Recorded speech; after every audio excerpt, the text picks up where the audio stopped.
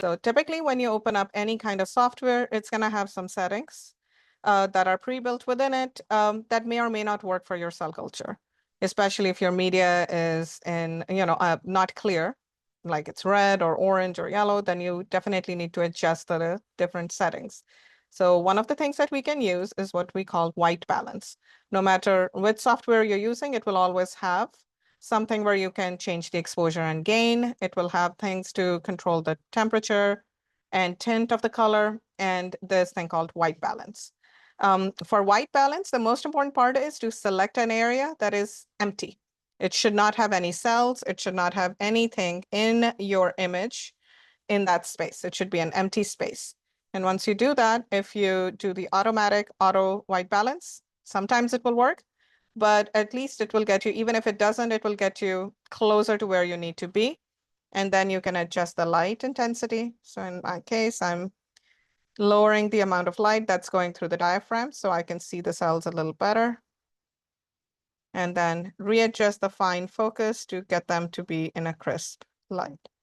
You can go through this process a couple of times to make sure you get the most accurate, most clear, most resolved image to see them properly.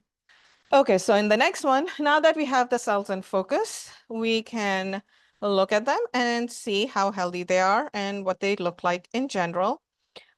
So in this image, what you're looking at is a plate of cells grown in a petri dish or a cell culture coated plate.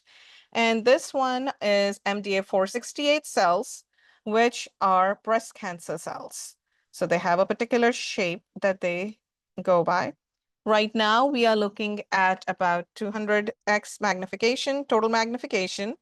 We can change the nose piece to different settings to make it more enlarged so we can see the cells more clearly. When we do that, we'll need to readjust the light. Typically, when you go higher magnification, you have to allow more light to get in. Sometimes when you go to the higher magnification, the images many times they will become much darker and they may not be as clear as they were earlier. So it's important to adjust the light so you have more light coming through, and also to make sure that the lenses are clean. Typically, it's good practice to start your day by cleaning all the lenses with lens cleaner. And making sure you're starting off with a clean area.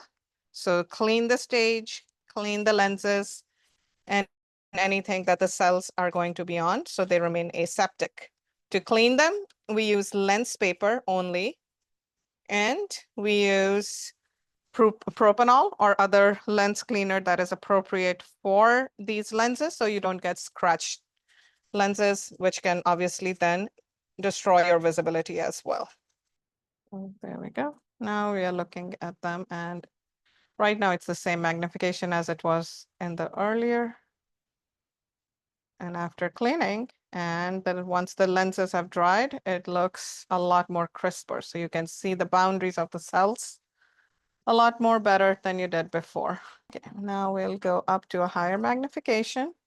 And so now you see when we go up to a higher magnification, it gets darker. So it's harder to see the details inside. So it's very important to adjust the light again.